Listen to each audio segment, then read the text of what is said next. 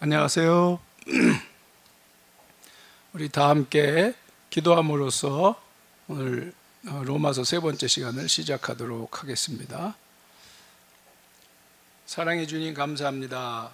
오늘 수요일 이 시간을 또 맞아서 우리가 로마서 세 번째 시간을 다루고자 합니다.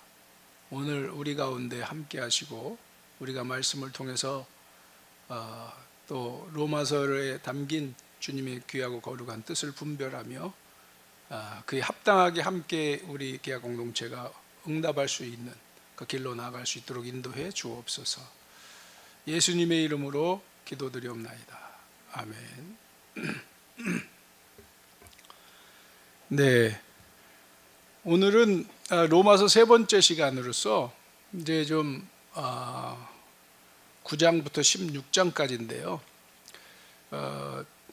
1장부터 4장까지를 통해서 이제 믿음의 법으로 의롭게 되고 구원으로 입문하게 되는, 이것이 곧 계약 백성이 되는 것이다 라고 하는 것에 대해서 우리가 다루었고, 또 5장부터 이제 8장까지를 통해서 계약의 도리를 따라 영성의 길로 나아가는 과정을 만날 수가 있었습니다.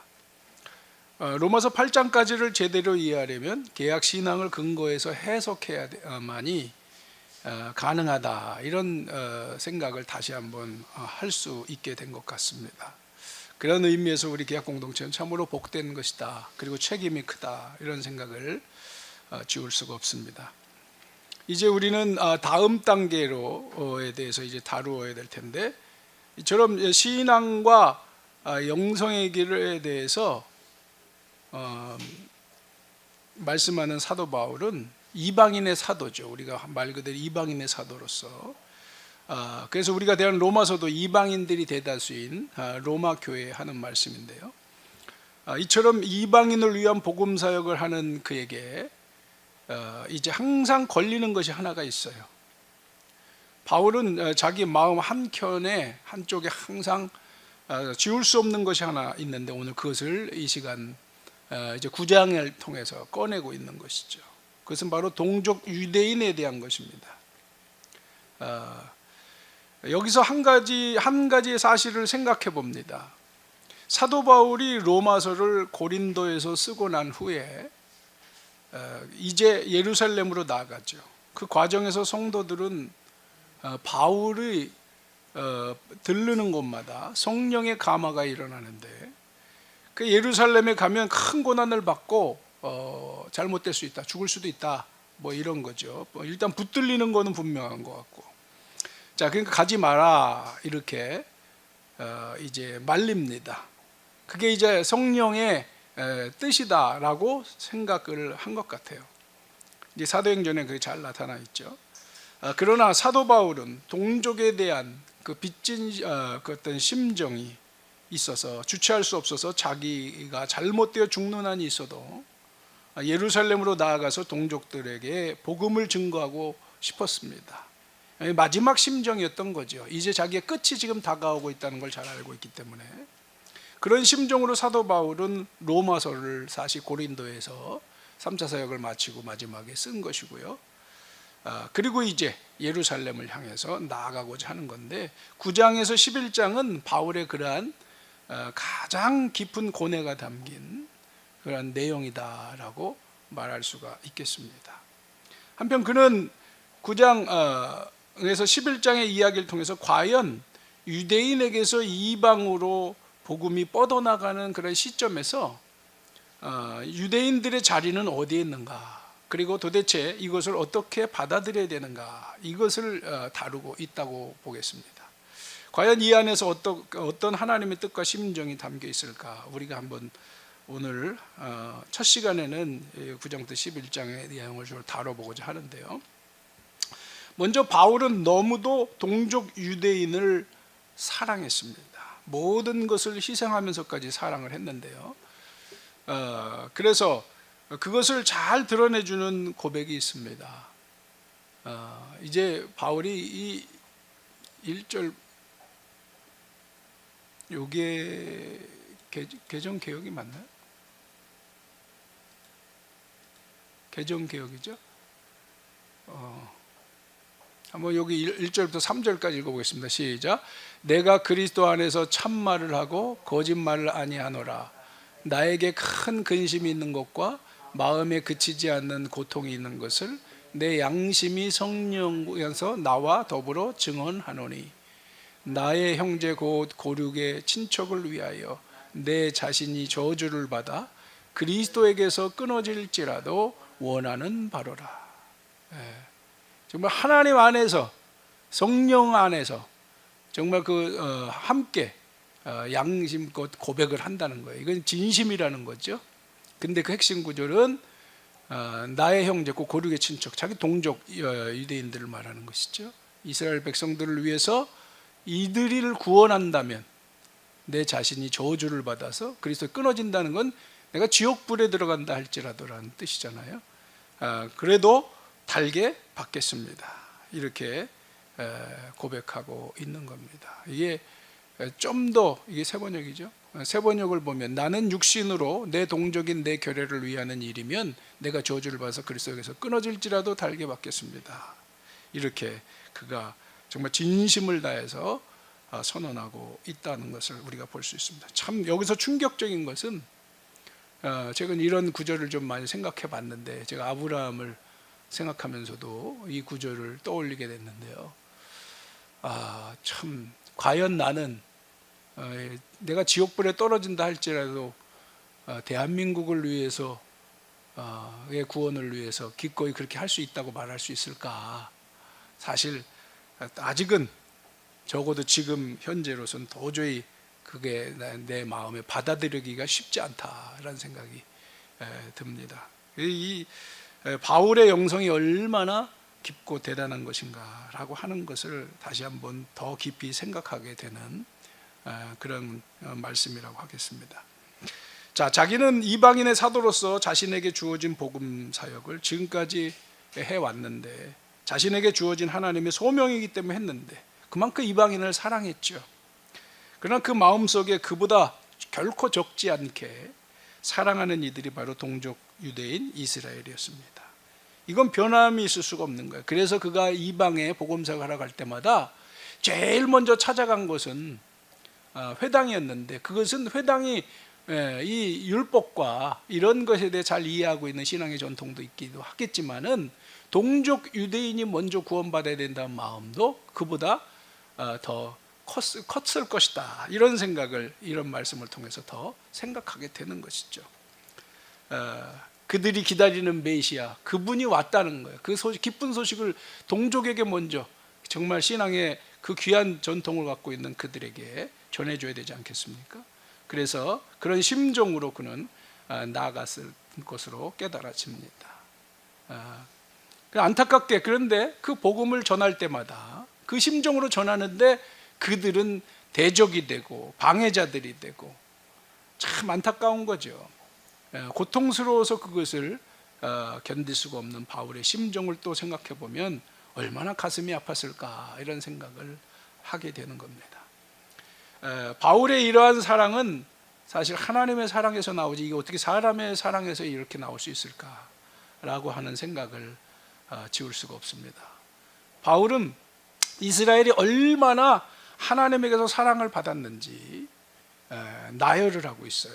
오늘 본문에서 이제 나열을 하고 있는데 그들은 이스라엘 사람이라 나의 고륙의 친척이 그들이라는 거 아니에요?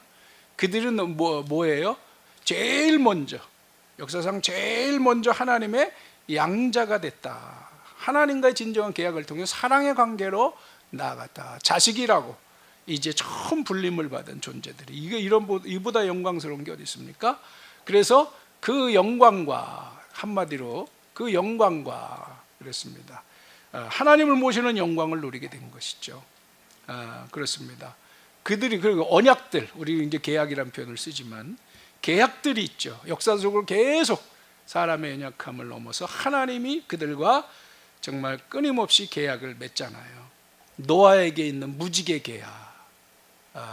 어제 어떤 분이 무지개 계약에 대해서 질문을 하는 그런 이야기를 통해 잠깐 이야기를 나눈 적이 있는데 무지개 계약 다시 한번 생각할수록 기가 막힌 의미들이 담겨져 있더라고요.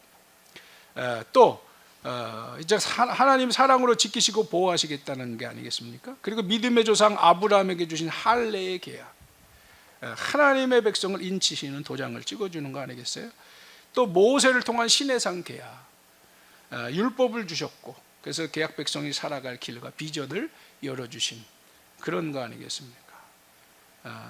마지막으로 또 예수님을 통한 새로운 계약, 계약의 완성까지 정말 굵직한 것만 우리가 몇 가지 살펴봐도 참으로 귀한 계약의 전통을 가지고 있는 그 이스라엘이라고 하는 것이죠. 율법을 세우신 것과 또 예배와 예배가 있습니다. 성막 예배를 통해서 죄 사함을 받고 사랑의 관계 회복에 의한 길을 열어놓으신 그런 이야기들 레위기에 잘 나타나 있죠. 또 성전의 예배까지 묵인해 주시고 인간의 어리석음을 넘어서서 받아주시고 예배를 통한 사랑도 깨닫게 됩니다. 그리고 또 그들에게는 조상들도 있어요. 조상들 누굽니까? 믿음의 조상들 아브라함, 이삭, 야곱, 요셉, 창세기에만 정말 굵직한 네 분의 위대한 족장들, 조상들이 계시죠. 참으로 우리에게 묵상할수록 은혜가 되는 그런 분들입니다. 그런 계약을 통한 구원의 역사가 있고 또 그 이후에 좀 아까도 모세, 우리가 성경 공부 어제도 이제 조장반에 모였는데 모세와 엘리야와 예수님이 만나는 그런 장면을 우리가 봤는데요. 참 얼마나 대단한 분들입니까? 그죠? 자, 이런 정말 위대한 조상들이 있는 거죠. 그렇습니다. 그 완성은 그런데 다시 말씀드리면 예수 그리스도이십니다. 예수님도 유대인이다. 육신으로 하면 그리스도가 그들에게서 나셨다 이렇게 말씀. 예수님도 유대인이에요. 이스라엘 백성이. 자, 정말 이들은 복이다. 세상 만민을 구원하시고 하나님이 사람이 되신 분이 이스라엘 분으로 탄생하셨다. 바울은 이것도 정말 크게 부각을 시키고 있고 또 그건 사실이 그렇습니다. 그런데 이런 역사적인 축복을 받은 첫 족속이 됐다는 거잖아요. 이런 축복이 그들에게 있습니다. 그런데 계약을 맺고 그 역사를 펼쳐오면서 너무도 안타까운 그러한 현실들을 우리는 경험하고 그것을 또 잘 알고 있습니다. 계약을 계속 어겨왔어요. 왕정의 역사 참 부끄러운 역사, 그런 역사들을 우리가 잘 알고 있습니다. 그 왕정의 역사의 결국 어떻게 됐습니까? 그들이 이제 멸망할 수밖에 없었습니다. 두 번의 멸망의 과정을 거쳐서 결국에는 바벨론 포로에까지 이제 이르게 되고 거기서 또 하나님은 긍휼을 따라서 다시 계약을 회복시켜 주실 선언을 하셨고 예레미야를 통해서 실제로 그렇게 해 주셨습니다. 그래서 결국에는 이 유대교가 느헤미야 에스라의 헌신을 통해서 유대교가 드디어 탄생하게 되죠. 얼마나 또 위대한 회복과 역사, 우리가 정말 기대할 만한 그런 모습이었을까 생각을 해봅니다. 정말 하나님의 그 이스라엘 향한 끝없는 자비와 긍휼을 여기서 우리는 경험하고 있는 것이죠.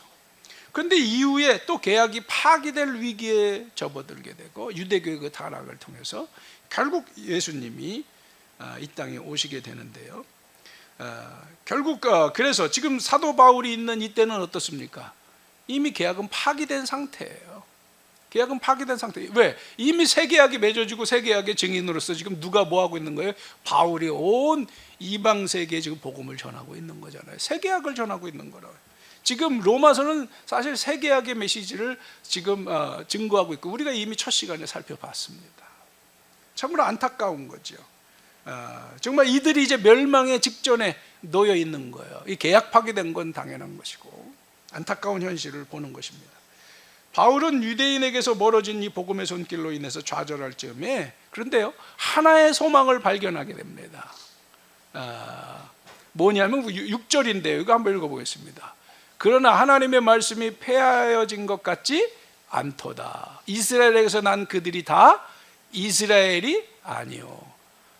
또 아브라함의 씨가 다 그의 자녀가 아니라 오직 이삭으로부터 난 자라야 넷이라 불리리라 하셨으니 곧 육신의 자녀가 하나님의 자녀가 아니요 오직 약속의 자녀가 씨로 여기심을 받았느니라. 6절부터 8절의 말씀, 이 말씀 무슨 말씀입니까? 우리가 이제 앞에서도 4장 뭐에서도 봤고 그랬는데 이걸 다시 이제 이 변론을 펼쳐가면서 사도 바울은 이 부분을 언급하고 있는 거죠. 그렇습니다. 혈통으로 이루어지는 게 아니라는 거예요. 아브라함의 후손은요. 이 얘기는 지금 무슨 희망이 이어지고 있다는 거, 오직 하나님께 이게 이러면 끝나는 게 아니라 하나님이 세우신 후손은 약속의 후손이다. 좀 아까 얘기했잖아요. 약속의 후손이다. 약속의 자녀가 씨로 여기심을 받았다라고 하는 거죠. 그러니까 계약의 후손이라는 것이죠. 믿음을 통한 계약의 후손이 된다는 것이죠. 그러니까 이스마엘을 통한 게 아니라 이삭을 통해서 계약의 은혜와 그에 대한 믿음으로만 신앙의 전통이 이어지고 아들 아브라함은 그래서 믿음의 조상이 되는 것이다.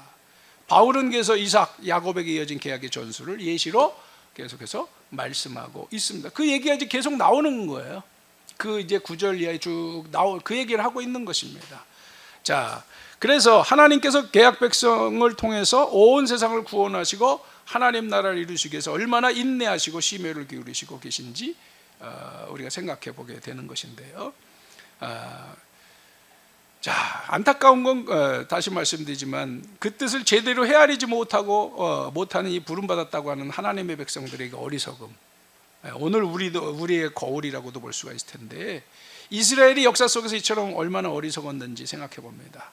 자기들을 통해서 온 세계를 구원하고자 하는 큰 뜻을 품고 계약 백성으로 불러주셨는데 전혀 헤아리지 못했어요.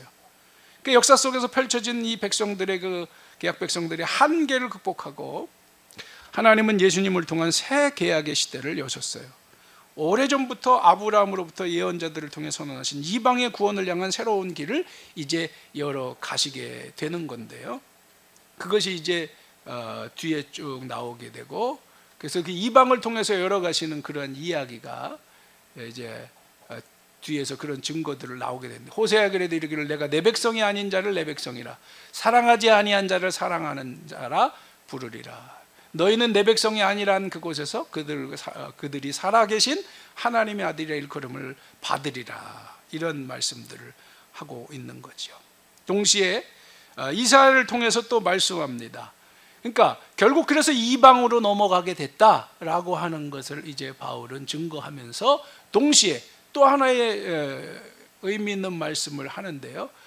또 이사야가 이스라엘에 관하여 외치는데 이스라엘에 대해서 그럼 계속 또 이야기를 합니다.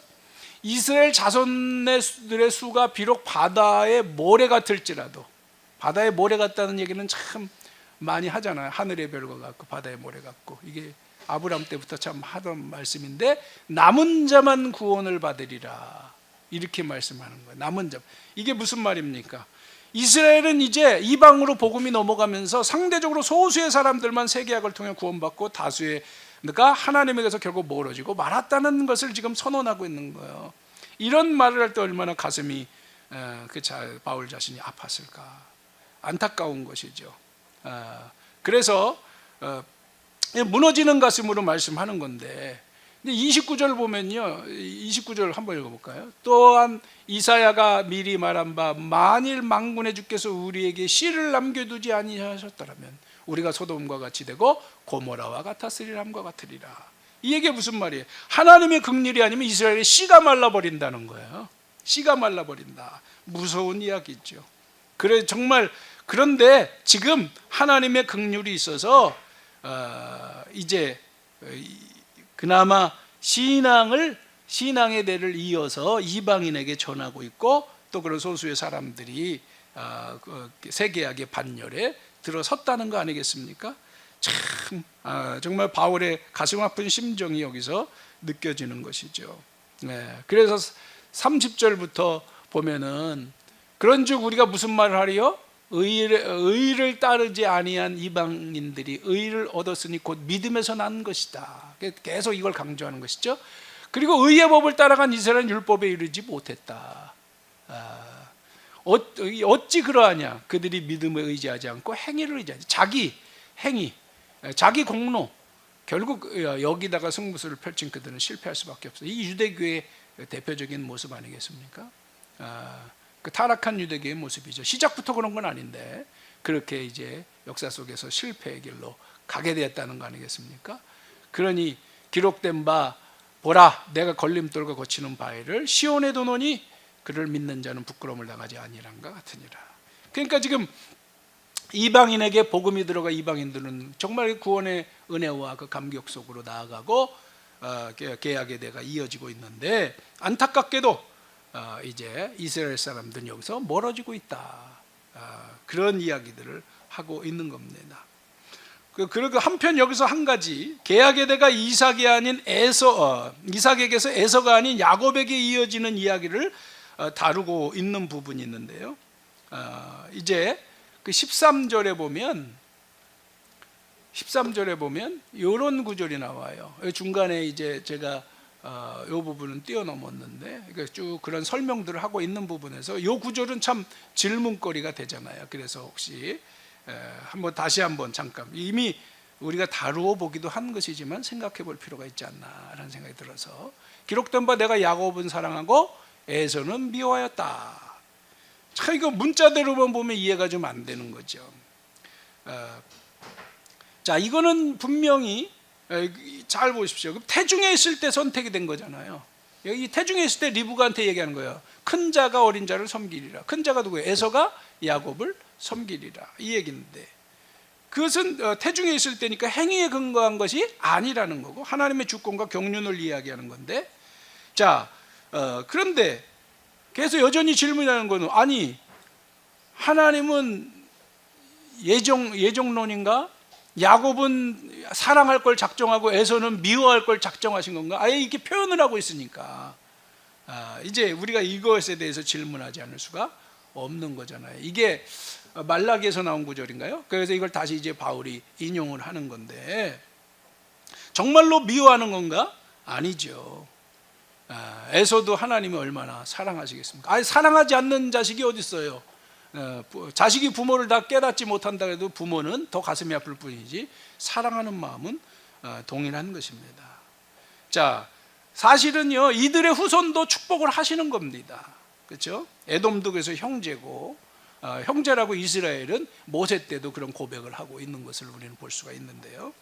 그건 뭘 말하는 거냐? 이들을 에서의 족속도 사랑하고 이방에 나아가고 하나님에서 멀어진 족속들이지만 그들도 사랑한다는 거예요. 그런데 안타까운 거는 이들이 하나님과의 거룩한 계약의 백성의 길로 나아가지 못하기 때문에, 그러한 뜻을 알고 야곱을 사랑한다는 건 뭐냐면, 야곱은 하나님의 사랑을 느끼고 그것이 귀하다는 걸 알고 그 계약의 전통을 통해서 이어가기를 바라는 사람이었다는 거 아닙니까? 그게 장자의 권한이기도 하지만요, 그런 사람이라는 거예요.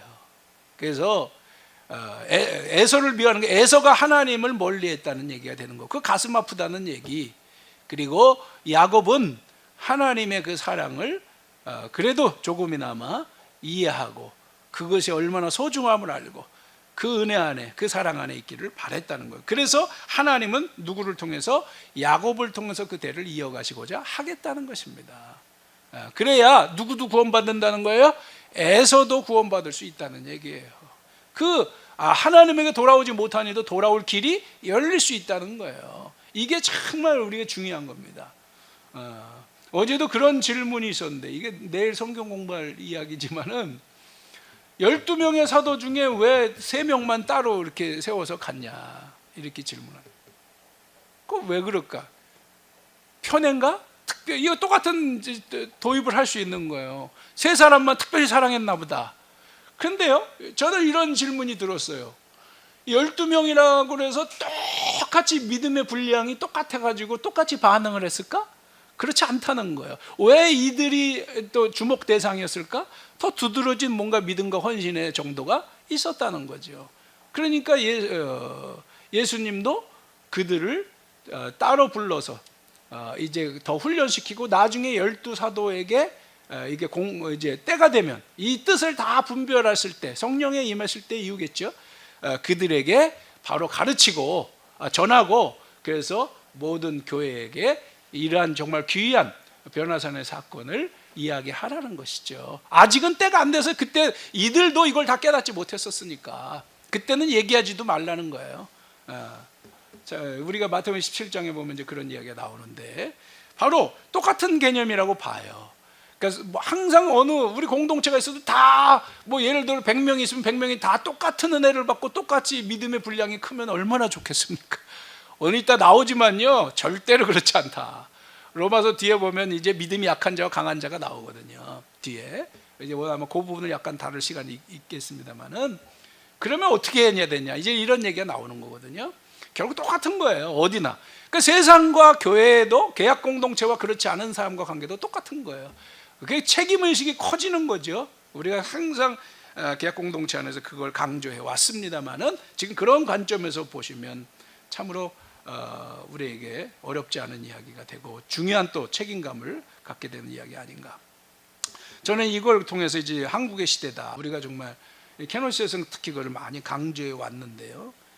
민족 분단의 위기 속에 있지만 하나님께서는 정말 우리에게, 또 남한 이 대한민국을 통해서 엄청난 이제 경제적 부흥과 모든 면에서 이제 부흥을 이뤄서 정말로 큰 힘을 갖게 되고, 또 세계 복음적으로도 선교적으로도 지금 최고의 앞장선 그런 사역을 하고 있는 것이 현실입니다.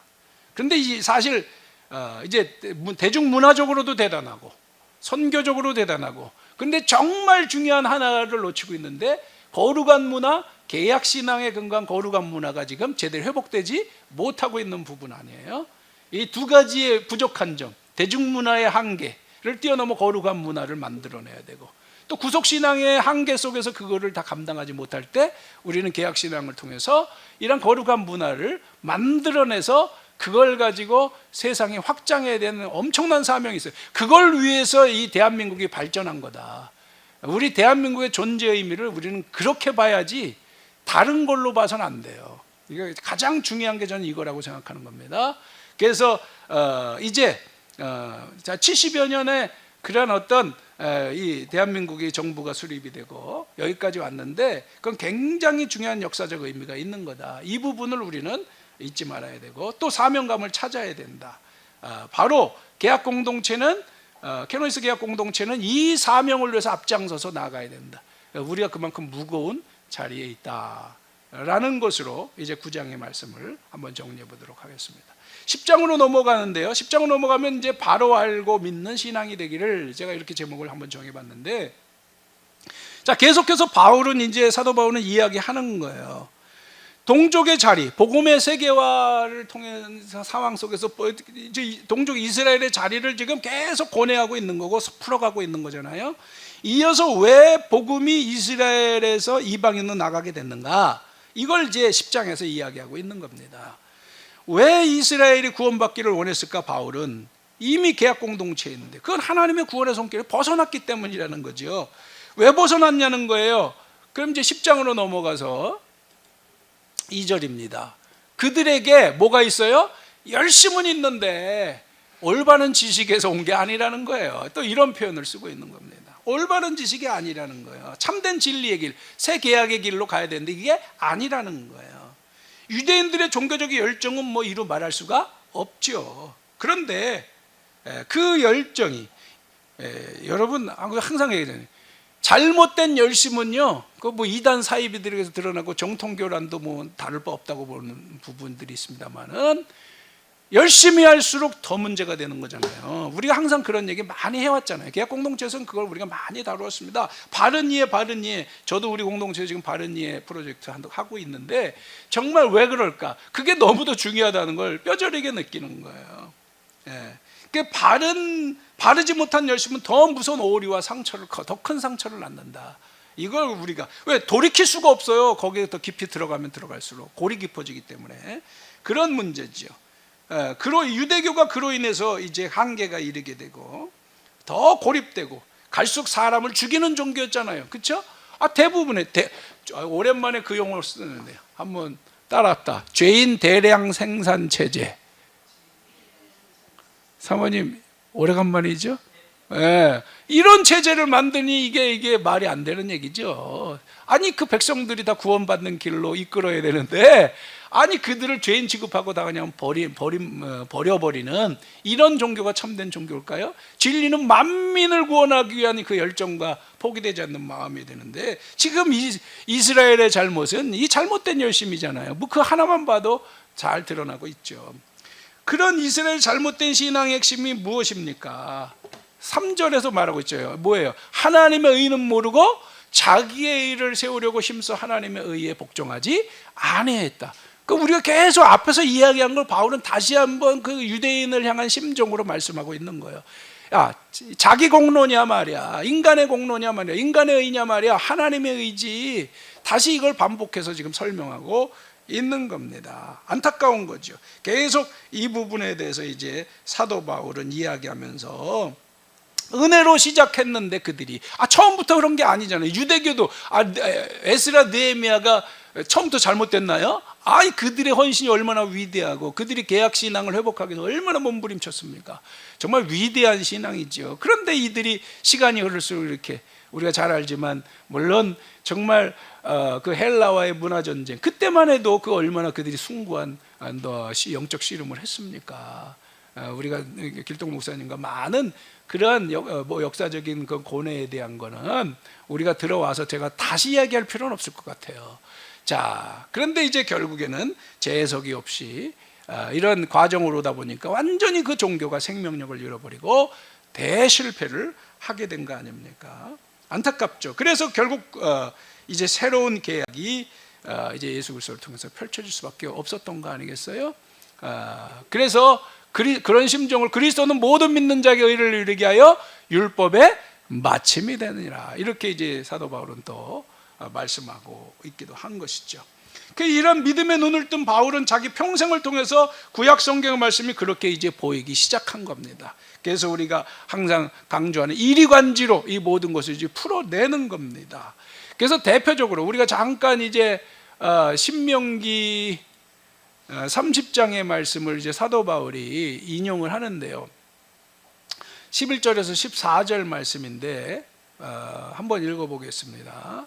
시작. 내가 오늘 내게 명령한 이 명령은 내게 어려운 것도 아니요 먼 것도 아니라 하늘에 있는 것이 아니니 내가 이르기를 누가 우리를 위하여 하늘에 올라가 그 명령을 우리에게로 가지고 와서 우리에게 들려 행하라 하랴 할 것이 아니요 이것이 바다 밖에 있는 것이 아니니 내가 이르기를 누가 우리를 위하여 바다를 건너가서 그의 명령을 우리에게로 가지고 와서 우리에게 들려 행하랴 할 것도 아니라 오직 그 말씀은 내게 매우 가까워서 내 입에 있으며 내 마음에 있은즉 내가 이를 행할 수 있느니라. 아멘. 자, 바울은 이런 말씀이 이제 이해가 다 되는 거예요. 하나님의 말씀은 이해하기 어려운 것이 아니다. 하나님 안에 우리가 설 때 주신 말씀은 우리를 구원으로 이끄는 진리의 말씀, 생명의 말씀, 축복의 말씀이 된다. 너무 이해하기 쉬운 것이다. 이렇게 말하면서 그러니까 그 율법은 그러니까 우리에게서 멀리 떨어진 게 아니라 우리 안에 있는 말씀이다. 그렇죠? 여기 마지막 구절에 오직 그 말씀이 매우 가까워 내 입에 있고 내 마음에 있다. 이런 말씀 이걸 인용해 가지고 이제 사도 바울이 이제 풀어가고 있는 건데. 자, 우리 안에 있잖아요. 생각 속에 있고 우리 양심 속에 있고 만물 속에도 있고 또 로마서 1장에서도 설명하기도 합니다만 하나님의 말씀이 없는 것이 없잖아요. 왜? 하나님 말씀으로 세상을 창조하셨고 말씀으로 다스리고 있기 때문에 모든 만물과 사람 안에 있는 거죠. 이걸 자연 계시라고 우리가 말하는 거 아니에요? 자연 만물 속에도 있는 거고 피조물이 그 은혜 안에 살아가고 있는 것이죠. 그러니 율법은 애초에 사람의 마음에 있는 법을 밖으로 꺼낸 것이다 라고 꺼낸 것이다. 뭐 애주갈래 길동 목사님 많이 이야기하는 거죠. 교육이라고 하는 건 끄집어내는 거다. 제가 뭐 그걸 해석해 보려고 무척 노력했었는데 우리 안에 교육이라는 의미도 이제 좀 그런 문자적 의미가 좀 있더라고요. 끄집어낸다는 의미가 상당히 있는 것을 본 적이 있었는데요. 어디나 마찬가지인 것 같아요. 없는 거를 하는 게 아니라 있는 걸 끄집어내는 거다. 선악과의 계약법, 선악과의 법도 뭡니까? 하나님에게서 멀리 떨어지지 마라. 그 얘기는 뭐죠? 하나님의 은혜 안에 살아야 된다. 이것을 이제 말씀하는 건데 그 은혜의 울타리 안에 살고 그 안에서 우리에게 주어진 도리를 찾는 것이다. 우리에게 주신 법도대로 사는 것이다. 그거를 명시적으로 이제 밝힌 것이 율법이고 이 율법은 멀리 있는 게 아니라 일반인에게도 사실 있는 거라는 거 아니에요? 양심으로 영이 사모하는 그런 말씀이다 라고 하는 건데 그러니까 율법을 지킴으로 의롭게 되는 것이 아니라 하나님께서 허락한 은혜의 계약 안에 있는 것으로 우리는 의로운 백성이 되는 것이다 라는 것이죠. 전적인 은혜에 의해서 의와 구원에 이르는 것이지 결국 사람이 스스로 의로워질 수 있는 게 아니라 하나님이 우리에게 주신 그걸 끄집어내서 그렇게 살 수 있게 해주시는 그 은혜대로 우리가 사는 것이지 그런 것을 쭉 이제 설명하고 이건 신명기지만 로마서 10장에서도 그런 이야기를 하고 풀어가고 있는 겁니다. 사실은 쭉 이제 그런 설명을 하면서 그러면서 이제 복음을 듣고 마음으로 믿으면 의로워지고 입으로 시인해서 구원을 받는다. 이 말씀이 그냥 나온 것이 아니라 결국에는 우리 이제 10절이죠. 먼저 사람이 마음으로 믿어 의에 이르고 입으로 시인하여 구원에 이른다. 저는 이런 구절들이요. 아까 그 신명기 그 30장이죠. 30장에 있는 이야기들을 잘 또 인용해서 이렇게 또 풀어서 말씀하고 있다. 그리고 15절에 이제 그래서 이 복음은 유대인이나 이방인에게나 차별이 없다. 12절에 차별이 있을 수 없는 거라는 거예요. 원래 우리 안에 있는 것이고 또 그걸 끄집어내서 믿게 하는 것이고 그러니까 한 분이신 주께서 모든 사람의 주가 되사 그를 부르는 모든 사람에게 부여하게 하신다. 그래서 누구든지 주님의 이름을 부르는 자에게 구원을 받는다. 여기서는 구원을 받는다라는 표현을 이제 일단 받아들이게 되는 이런 어떤 사건이니까 입문하는 것이지만 어쨌든지 구원의 반열에 이르게 된다는 뜻이죠. 이런 말씀들을 계속해서 주고 있습니다. 그런데 안타까운 건 뭐냐면 제일 먼저 그렇게 아까도 우리가 말씀했으면 부름을 받고 자녀가 되고 그 모든 엄청난 구원의 정말 역사들을 경험한 이스라엘 백성들 이들을 보십시오. 그러나 그들이 다 복음에 순종하지 아니었다. 이사야가 이르되 주여 우리가 저런 것을 누가 믿었나이까 라고 하는 건데요. 이 말씀을 유심히 보면 이스라엘이 받아들이지 않았다는 얘기가 되는 거예요. 또 21절에 이스라엘에 대하여 뭐라 그런다? 이르되 순종하지 아니하고 거슬러 말하는 백성에 내가 종일 내 손을 벌렸다. 그러니까 사실 이스라엘을 두고 말하는 거예요. 이런 것들이요. 안타까운 거예요. 제일 은혜를 받고 제일 이 복을 누려야 되는데 이 사람들이 이 복음을 받아들이지 않는다는 거예요. 그게 가슴 아프다는 얘기입니다. 이런 심정을 지금 사도 바울이 풀어가고 있는 겁니다. 그러니까 우리는 이걸 가지고 믿음으로 구원받는다는 얘기인데만 계속 갖다가 쓰기만 해요. 그렇죠? 그 어떤 역사적 배경을 이야기하지 않고. 근데 사도 바울이 이 얘기들을 쭉쭉 믿음은 들음에서 나고 들음은 그리스도의 말씀을 봐. 이런 게 왜 이야기를 하고 있는지 우리는 다시 기억해야 됩니다. 이거는 이방인들은 오히려 정말 이 복음을 새 계약의 복음을 받아들여서 정말 이 은혜 안에 거하게 되는데 안타까운 건 이스라엘이 이걸 못 받아들였다는 말이에요. 이거를 지금 가슴 아픈 심정으로 이야기하고 있는 부분이 10장의 이야기라는 얘기죠. 자, 바로 이런 부분입니다. 그래서 그들은 역사의 무대에 주인공이 돼야 되는데 원래 주인공이 돼야 되잖아요. 이 사람들이요. 왜? 당연히 그들을 통해서 이 세상을 구원하는 이 일을 해야 되니까 주인공이 되는데, 역사에서 뒤안길로 물러나 지금 유대인들 대단한 또 성경 공부라든지 하브루타라든지 이런 걸 통해서 지금 한편에서는 또 자기들의 역량을 발휘하고 있는 것도 사실입니다만은, 그들이 얼마나 오랜 세월 비참하게 살아왔습니까? 역사의 무대에서 완전히 밀려났잖아요. 정말. 그리고 그 구원의 촛대가 이스라엘에서 어디로 넘어왔다는 거예요? 이방인에게로 넘어왔다는 거예요. 그래서 자, 우리가 요거 다시 한번 그런 심정으로 읽어보자고요. 그러나 내가 말하느니 그들이 듣지 아니하느냐, 그렇지 아니하니 그 소리가 온 땅에 퍼졌고 그 말씀이 땅 끝까지 이르렀더라. 그러니까 이방인을 갔다는 거죠. 그러나 내가 말하노니 이스라엘이 알지 못하였느냐, 먼저 모세가 이르되 내 백성이 아닌 자로서 너희를 시기하게 하며 미련한 백성으로서 너희를 노엽게 하리라 하였고, 요게 무슨 말이에요? 이방인들로 인해서 너희를 시기하게 하고 미련한 백성은 너희를 노엽게 하리라. 그러니까 이방인들 때문에 유대인들이 열받게 한다는 거예요. 그리고 20절, 이사야는 매우 담대하게 내가 나를 찾지 아니한 자들에게 찾은 바 되고 내가 묻지 아니한 자들에게 나타나느라. 이방인들 향해서 얘기하는 거예요. 반대로 이스라엘, 또 아까 봤잖아요. 이렇게 된다는 거예요. 참, 이걸 계속 지금 변론하고 있는 거예요. 뭘 통해서? 구약의 말씀을, 기록도 잘 안 돼 있잖아요. 그 머릿속에 정말 외우고 있는 것이 성령 안에서 깨달아서 정리가 되는 거 아니에요? 이런 구절들을 계속 예언자들의 말씀이나 이런 걸 통해서 지금 증거하고 있는 거예요. 이거를 지금 그 당시로 한번 돌아가 봐요. 지금 유대인들이 그냥, 오늘도 제가 사도행전을 쭉 이 이후에, 이런 로마서를 쓴 이후에입니다. 예루살렘으로 바울이 와가지고 붙들려가지고 계속 공격당하고 죽을 뻔하다 살고 죽을 뻔하다 살고, 제가 그런 본문을 지금 새벽기도 오늘도 했는데, 그런 상황들을 보면요, 정말 자살특공대까지 형성되잖아요. 자살특공대까지. 누구를 죽이려고? 바울을 저걸 죽여야 된다. 죽지 않으면 내가 살 수가 없다. 그래 자살특공대까지 하면서 할 정도였어요. 정말로 그런 심정인데 바울은 이걸 계속 항변하고 있는 거예요. 이 양반들아, 안타깝다 말이야. 정말 내가 당신들을 위해서 기꺼이 여기 죽으러 온 거 아니에요. 바울은 또. 그런데 거꾸로 생각하면요, 바울의 심정으로 보면요, 그러면서 이걸 변론하는 심정, 이게 그러니까 그 당시로 보면 이 마음이 바울을 붙들고 있는 거예요. 그런 심정을 우리가 함께 공감하면 참 와닿는다라는 생각이 들고, 참 가슴 아픈 바울의 심정이 그 무엇보다 깊이 느껴지고 있다라고 하는 것을 생각하고 말씀을 드릴 수 있겠습니다. 근데 참 안타까운 건요, 이걸 정리하면서 10장을 정리하면, 개혁의 역사는 심각한 오류가 항상 역사적으로 있어 왔다. 반복되는 경향이 있다는 거예요. 무슨 경향이 있다? 반복되는 경향이 있다는 겁니다. 사람이 어리석기 때문인데.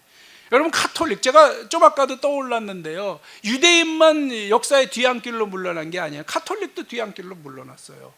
세계를 호령했잖아요. 그 당시 세계가 다 어디입니까? 로마 제국 지중해 연안. 그것이 나중에 확대되고 어디까지 가는 거예요? 유럽까지 다 점령했었잖아요. 유럽 변방 빼고는. 변방은 추워서 안 갔을 것 같아, 내가 볼 때. 그렇잖아요. 그렇게 가가지고 정말 영국 땅까지 다 호령했다고요, 가톨릭이요. 그런데 나중에는 어떻게 됐어요? 개신교에게 넘어가고, 1500년이요 개신교에게 넘어가고, 물론 언제부터 슬슬 무너지기 시작했습니까? 한편으로는 이제 서서히 이슬람한테 자리를 슬슬 뺏기기 시작을 했고, 그러다가 이제 이슬람 자리 다 뺏기고, 나중에는 누구한테 뺏기는 거야? 개신교를 통해서 하나님은 대를 이어갔고, 카톨릭은 서서히 물러나더니 지금은 어디예요? 로마라고 하는, 이태리도 아니야, 로마에서도 어디예요? 바티칸 시국이라고 하는 그 동 하나나 되나? 그죠? 사모님 가보셨죠? 동 하나나 되나? 내가 볼 땐 동 수준도 안 돼. 그런 수준. 거기서 지금 그들이 이제 큰 소리 치고 있는 거예요. 교황이 거기 있는 거 아닙니까? 다 잃어버린 겁니다. 사실은요. 그 유대인들한테만 말할 게 아니야. 기독교 역사, 교회 역사에서도 똑같은 우를 범하고 있다는 겁니다. 그러면 500년이 지난 우리 개신교는 뭐예요? 지금 슬슬 코로나 때문에도 물러나고, 계속 물러나고 있는 게 오늘 우리의 현실입니다. 방심할 게 아닌 거죠. 우리가 우리 수없이 이야기하지만 실제적으로 한번 그런 계산을 가지고 오늘 우리를 보면 자, 정말 심각하다라는 생각을 해보게 되는 건데, 자, 유대인들을 향한 것이 행함을 통한 구원이라는 이 환상에 빠져서 믿음으로 나아가지 못했다고 한다면, 기독교인들, 특히 개신교인들의 오류는 뭘까요?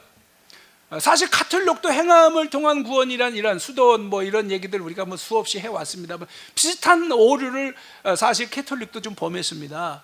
그렇다면은요, 개신교는 뭐예요? 신앙의인이라는 오류를 범하는 거예요. 신앙의인이라는 오류를 범하는 겁니다. 핵심은 뭐예요? 믿음은 은혜로 들어가는 문이지만 성도들은 어떻게 되면 그때부터 은혜 안에서 영성의 길로 나아가야 되는 겁니다. 계약을 근거한 영성의 길로 나아가야 된다. 그걸 우리가 지난 시간에 다룬 거 아닙니까? 그렇잖아요. 그런 과정이 반드시 있어야 되는데 지금 그 부분이 개신교, 특히 개신교에는 생략되어 있다는 거예요. 그렇기 때문에 신앙의인만 이야기하니까 이게 지금 박흥윤 목사님이 얘기하신 것 같은데, 개신교의 핵심은 이거라는 거예요. 믿음으로 구원받고 행함으로 상급받는다. 아주 저한테 내리게 얼마 전에 그 말씀을 하신 적이 있는데 아주 그게 딱 한마디로 정리했네. 근데 그 얼마나 큰 오류라는 겁니까? 정말 그런 건가요? 행함으로 상급받는다고? 그 상이 뭔지에 대해서도 우리가 지금 정리가 너무 미진하다. 바울이 말하는 상의 개념은 그런 게 아닌 것 같은데 사람들은 자꾸 그런 쪽으로 이제 대입을 해서 빗나가고 있다라고 하는 겁니다. 강권은 그래서 뭐다? 바른 이해다. 오늘 10장의 핵심은 바른 이해입니다. 바른 이해. 바른 이해. 아까 뭐예요? 잘못된 이해, 잘못된 열심이라는 거 아니에요. 아까 2절에서 시작을 우리가 봤잖아요. 그걸 또 어떻게 해야 된다? 바르게 실천하는 일이 중요하다. 이해로부터 실천에까지 이제 들어가야 된다. 이게 계약 공동체, 케노시스 계약 공동체의 존재의미는 거기에 있다라고 하는 것이고, 오늘 이제 첫 시간의 마지막은 그래서 11장을 통해서 겸손, 이제 11장으로 넘어갈 텐데요, 겸손하게 응답하라는 제목으로 한번 정해봤습니다. 11장은 세 개의 단락으로 구성된다고 볼 수가 있을 텐데, 첫 번째는 이제 남은 자에 대한 이야기입니다. 그래서 9장에서도 남은 자와 관련된 이야기가 없는 것은 아니지만 여기서 이제 남은 자에 대한 이야기를 좀 하고 있습니다. 세 가지를 나눠서 이제 우리가 하나하나 볼 텐데요. 그래서 그 엘리야를 통해서 이야기하잖아요. 내 목숨도 찾는다. 엘리야가 이제 그 열왕기상 19장의 이야기잖아요. 기껏 계약갱신 해놓고 그랬더니 이제 자기가 죽게 생겼잖아요. 이세벨이 난리를 쳐가지고. 그러니까 하나님이 뭐라 그런다고요? 이제 읽지는 않겠습니다. 시간 관계상. 내가 바알에게 무릎 꿇지 않은 사람 7,000명을 준비해놨다. 이렇게 하나님이 큰 이제 희망을 이제 그에게 선언해주고, 이제 네 사명은 이제 세 사람을 세워라. 그 중에 이제 엘리야가 세운 사람은 물론 엘리사 한 사람인데, 그래서 그 이제 신앙의 대회를 엘리야에서 엘리사로 이어가는 그런 이제 장면들을 우리가 볼 수가 있는데, 바로 이제 유대인들이 지금까지 이스라엘에게서 이방인에게로 복음의 중심이 왜 옮겨졌는지 여기서 이제 설명을 하고 있는 겁니다. 이와 같이 지금도 은혜로 택하심을 따라 남은 자가 있느니라 라고 하는 겁니다. 그래서 만일 은혜로 된 것이면 행위로 말미암지 않음이니 그렇지 않으면 은혜가 은혜로 되지 않은 거다 라고 하는 겁니다. 그럼 어떠하냐? 이스라엘에 구하는 것을 얻지 못하고 오직 택하심을 입은 자가 얻었고 그 남은 자들은 우둔하여졌다. 계속 이제 그런 것들을 설명하는 남은 자의 이야기를 하는 겁니다. 하나님의 의를 믿음으로만 의와 구원에 이른다는 것을 이제 선언하는 것이고, 이제 그러면서 계속해서 이제 그렇지 못한 사람들에게는 우둔하여졌고, 계속 뭐라고 그래요?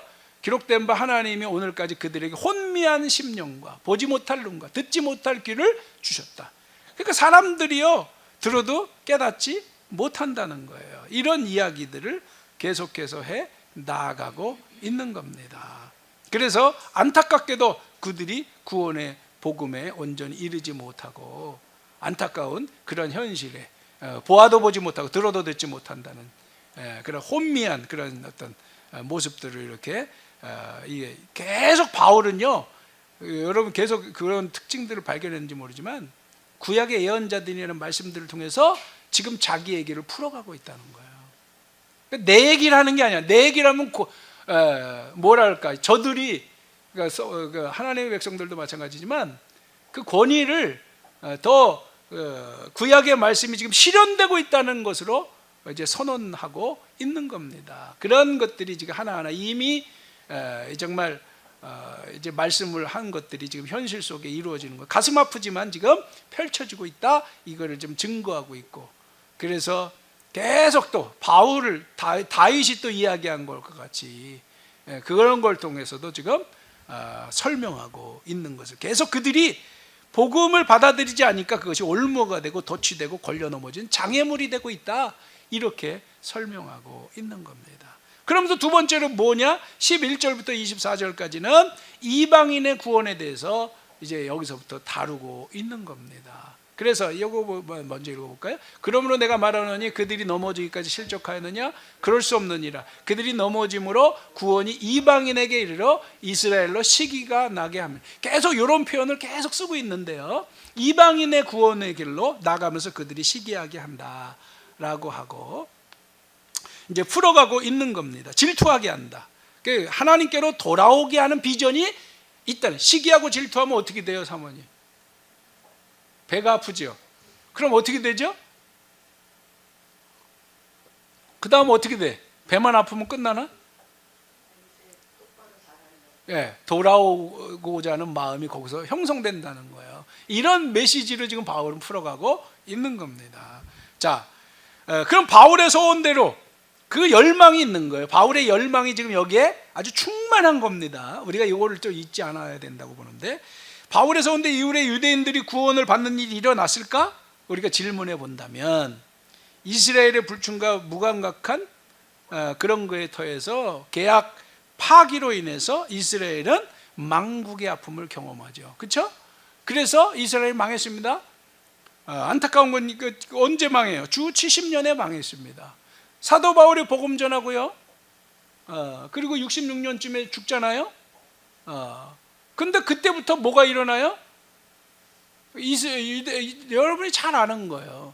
유대인들이 이제 누구한테 전쟁을 펼쳐요? 로마 제국에 도전을 하죠. 그래서 결국 몇 년, 한 3, 4년 씨름하다가 결국 망하게 되는 거잖아요. 너무 잘 알아요. 옛계약의 파기가 완전히 선언돼 버리잖아요. 그 멸망을 통해서. 새계약이 이미 로마 제국을 퍼져간 다음에 일이 일어났어요. 자, 이제 옛계약은 완전히 끝났다는 거예요. 로마 제국 안에서. 이거 뭐야? 지금 세계, 그 당시 로마 제국은 세계를 말하는 거예요. 지중해 연안은. 거기서 이제 옛계약은 끝났고, 유대교 중심으로 했던 옛계약은 끝났고, 새계약의 새 시대가 열렸다는 선언이 이러한 역사적인 하나의 사실로 유대인의 멸망으로 드러나게 된 것이죠. 이걸 우연이 아니라는 거예요. 이걸 우연이라고 말한다면 뭐 역사에 대한 제대된 해석을 할 수 있다고 저는 보지 못합니다. 자, 그런데 한편 나라가 망한지 참 충격이. 바울은 이럴 줄 알았을까 몰랐을까? 네? 알았을까요? 이렇게 될 줄 알았을까요? 이거 저는 몰랐다고 생각해요. 여기까지는 보지 못했다. 나라가 망한 지 1900년이 돼야 그들이 다시 섰습니다. 1948년이야. 우리나라도요, 이게 우연일까? 이것도 참 신기한데요, 우리나라도 1948년에 정식으로 대한민국이 섰잖아요. 임시정부의 19년이지만은 정식으로 서고. 근데 놀랍게 이스라엘도 1948년에 섰어요. 1880년 만에 섰습니다. 충격적인 얘기예요, 사실은요. 자, 그래서 유대인들 중에 기독교인이 또 생겨나요. 거기서도 메시아닉 주라고 얘기하잖아요. 예수님을 메시아로 받아들인 사람들, 지금 박해를 받으면서 그들이, 그 영화도 있어요. 회복이라는 영화였나? 여러분 아마 보셨는데, 저도 정말 우리 교우들하고 한번 본 적이 있었는데요, 얼마나 그들이 그 고통을 당하면서 복음에 씨름을 하고 있는가, 그런 이제 영화를 찍은 게 있잖아요. 그런 이제 사례들을 보여주면서 정말 그렇게 지금 싫으면, 그래서 지금도 이제 그런 싸움 속에 해가는 사람들이 지금 아직 전반적인 대체적인 사람들은 아직 그리스도에게 돌아오지 못하고 있는 현실인 건 사실이지만, 그런 변화의 조짐들이 지금 보여주고 있는 것까지는 우리가 이제 역사적으로 현재까지 보고 있습니다. 자, 바울의 이게 소원과 선언대로 또 전체적인 계약의 어떤 흐름으로 본다면 분명히 이스라엘의 회복은 만만치 않지만 이제 이루어지고 있습니다. 하나님은 신실하다. 그 이스라엘이 세워졌다는 것 자체로서 우리는 큰 역사적 의미를 갖는 부분이 있는 겁니다. 그게 뭐 백투 예루살렘이라는 것으로 이어질지는 우리가 몰랐지만은 그렇게 돼가지고 지금도 이제 그런 식으로 이제 해석을 하는 기독교인들이 상당수가, 어떻게 보면 그런 분들이 더 많죠. BTS 말고 BTJ가 뭐예요? 백투 예루살렘. 전 이게 잘못 말한 거 아니야? BTS, BTJ. 처음에 헷갈려서 잘 모를 때 이게 뭔 말인지. BTS는 방탄소년단이고 BTJ는 백투 예루살렘인데, 그게 무슨 인터컵이나 이런 사람들이 이제 그런 건데, 거의 지금 이단시되고 있는 그런 분들인데요. 자, 이제 그런 식으로 해가지고 이제 극렬하게, 아주 그것도 코로나 때 그런 것 때문에 더 기독교를 교회를 곤란하게 하는 그런 분들이 됐는데, 자, 근데 이스라엘에 대한 회복의 이 바울의 열망은 참 큽니다. 한번 이런 얘기들을 한번 볼까요? 이 14절 15 여기서부터 13절부터 읽어볼까요? 시작. 내가 이방인 너희에게 말하노라. 내가 이방인의 사도인 만큼 내 직분을 영광스럽게 여기노니 이는 곧 내 고륙을 아무쪼록 시기하게 하여 그들 중에 얼마를 구원하게 하려 함이라. 그들을 버리는 것이 세상의 화목이 되거든 그 받아들이는 것이 죽은 자 가운데서 살아나는 것이 아니면 무엇이리요. 사실 바울도요, 이거를 뭐라고 본 거예요? 이스라엘의 회복은 부활하는 거다. 부활로 표현을 했어요. 사실 쉽지 않다는 메시지가 이 안에 담겨 있다. 저는 그렇게 이제 보여주는데요. 전체적으로 볼 때 제가 좀 아까 역사적으로 볼 때 2000년 가까이 세월이 또 흐르면서 그 이스라엘과 복음의 반목의 역사가 있어요. 서로 또 오히려 또 기독교인들이 유대인들을 공격하고 이런 역사적인 그 아픔이 또 있는 그런 사연들도 많이 있잖아요. 우리가 또 어느 정도는 그런 것들 알고 있습니다만은, 그런데 이제 이런 이야기들을 보면서 바울이, 그래서 전 아까 그런 질문한 거예요. 바울이 이렇게까지 긴 역사를 통해서 역사가 펼쳐지리라는 생각을 사실 못했습니다. 근데 이런 역사가 오게 된 겁니다. 참으로 안타까운 일인데요. 바울은 그래서 이제 이방인 그리스도인들에게 무서운 경고를 하는 겁니다. 무슨 경고를 하죠? 조심하고 두려워하라는 겁니다. 두려워하라는 겁니다. 이제 여러분 17절부터 이제 그런 것들이 슬슬 이제 밝혀지는 거예요. 뭐라고? 한번 읽어보자. 눈으로 확인하면 될 것 같아요.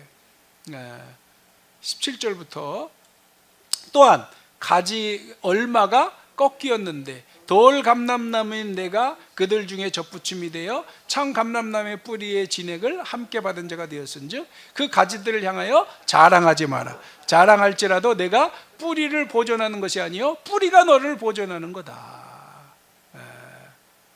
그러니까 그러면 내 말이 가지들이 꺾인 것은 나로 접붙임을 받게 하려 함이라 하리니 옳도다. 그 맞죠? 꺾이고 나는 접붙임을 됐어. 그러나 그들이 믿지 아니함으로 꺾이고 너희는 믿음으로 섰어. 그러면 높은 마음을 품지 말고 도리어 뭐하라? 두려워하라는 거야. 두려워하라. 왜? 여기서 중요한 겁니다. 원가지들도 아끼지 아니하였은즉 너희도 아끼지 아니하리라는 겁니다. 여러분, 이게 좀 충격적인 것이죠. 그 믿음과 그렇지 않음으로 결정이 된 거 사실이다. 그런데 여러분, 우리가 조심할 거는 항상 우리 자신이 뭐 대단해서 된 게 아니라는 거예요. 우리가 이방인들이 유대인보다 낫냐? 여러분, 누가 더 나아요? 사실은 유대인들이 훨씬 그 경건이나 그 행실이나 우리보다 나은 사람들이에요. 그런데 우리들이 그들에게 대해서 자랑할 것이 뭐냐는 거예요. 단지 아까도 그런 말이 있잖아요. 뿌리가 너희를 뿌리가 누구예요? 근데 이 모든 것의 뿌리는 하나님이지. 정말 하나님의 은혜지. 이렇게 봐야 된다고 봐요. 잘려나간 가지, 유대인. 유대인도 뿌리가 아니에요. 가지일 뿐이지. 잘려나간 가지라고요. 그러면 접붙임을 받은 가지는 자랑할 게 조금이라도 있다 없다? 없다는 거예요. 이런 식으로 바울은 설명하고 있는 겁니다. 자, 그래서요, 결국 유대인들이 그렇게 잘못된 길로 나아가서 하나님의 그 정말 뿌리의 생명력과 그 권세에 그 안에 머물렀어야 되는데 나가지 그렇게 붙어 있지 못해서 결국 떨어져 나가고 대신 접붙임을 받은 너희들이 이 은혜를 입게 됐는데 우리가 정말 조심해야 된다 라고 하는 것이고요. 쭉 21절에 원가지 좀 아까 이 구절이 가장 우리가 정말 긴장해야 될 말씀이 아닌가라는 생각을 하는 겁니다. 우리가 교회사에서도 아까 뭐 카톨릭도 이야기했습니다만은 개신교도 우리가 정말 이러한 두렵고 떨리는 마음이 지금 그러한 상황에 정말 주님이 잘라버릴 그러한 위기에 도끼가 정말 우리 앞에 놓여 있다. 정말 세례 요한이 말씀한 거죠. 그런 상황에 놓여 있는데 특히 한국 교회가 그래야 그런 심정을 우리가 좀 가져야 된다라는 생각을 저버릴 수가 없습니다. 두렵고 떨리는 마음을 가져야 된다. 우리가 정말 기적적으로 그죠? 해방이 되고 나라가 다시 서고 대한민국을 출발할 수 있었고 엄청난 부흥의 역사를 70여 년 이루었는데 정말 아까도 우리가 그런 얘기도 했습니다만 대단한 성과도 있었지만 우리가 그 본질에서 멀어지고 또 감사한 것은 우리가 개혁신앙이라는 것은 기독교 역사의 정말 회복을 위해서 2000년 만에 1500년도 아니라 2000년이라고 보여지는데 2000년 만에 정말 다시 한번 개혁신앙의 회복이라는 것을 성서적인 근거를 통해서 찾아내고 우리가 시작하고 있는데 이것을 이 전통을 이어가지 못하고 바로 세우지 못하면 우리에게 큰 낭패가 올 수 있다라고 하는 것 이런 마음을 우리는 이런 본문에서 좀 가져야 된다. 결국 그런 생각을 저버리지 않을 수가 없습니다. 저는 이 본문에서 우리가 그런 좀 각성을 좀 해야 된다라는 생각을 하면서요.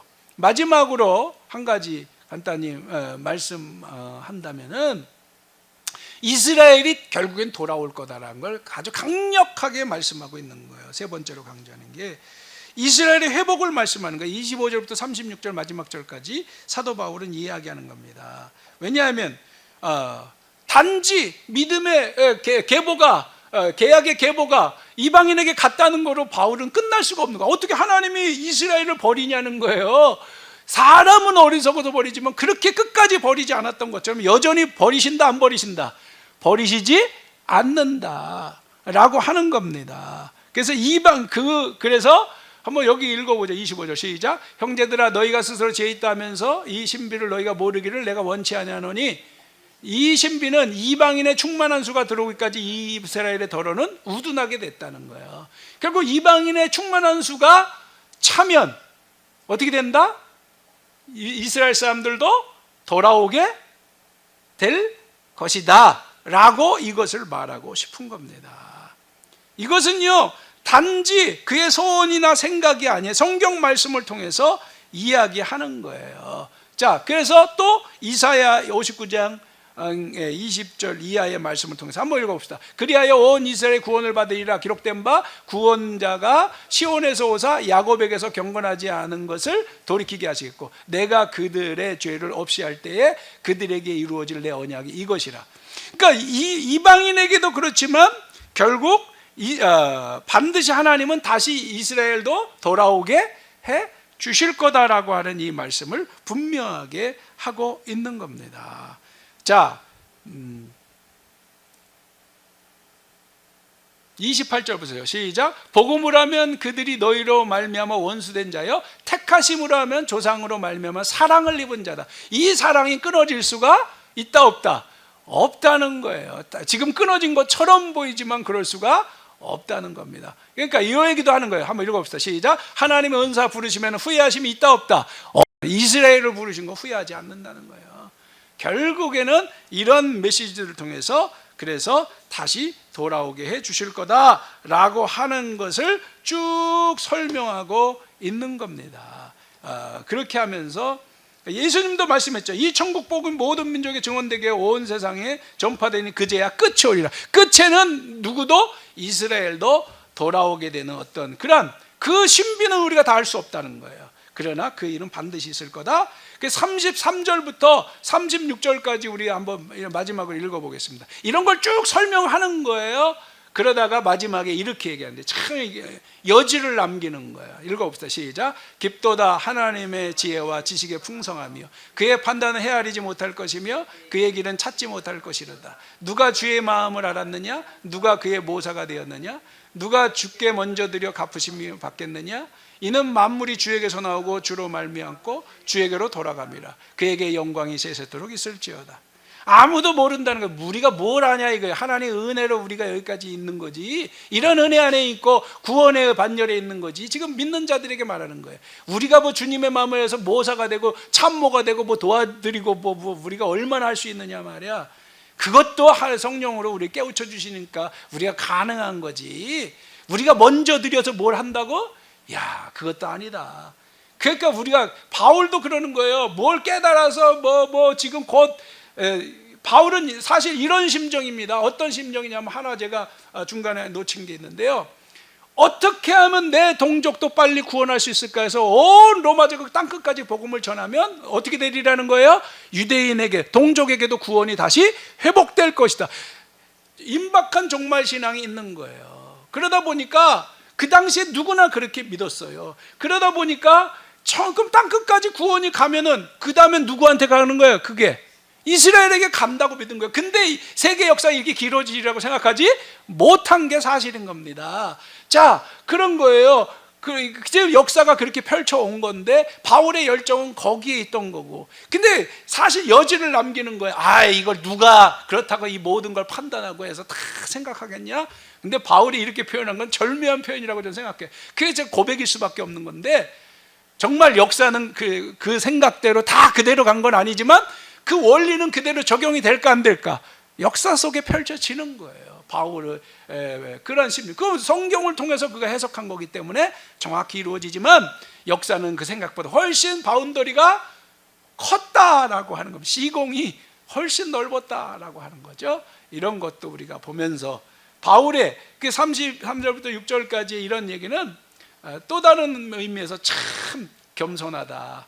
우리가 겸손하게 또 오늘 우리를 바라보고 역사를 보고 시대를 바라보고 우리가 계약 공동체를 통해서 많은 이야기를 하지만 그것도 겸손하게 내려놓을 부분들이 또 있다. 우리가 다 헤아릴 수 없는 부분도 있다. 이걸 항상 우리는 여지를 남겨야 된다.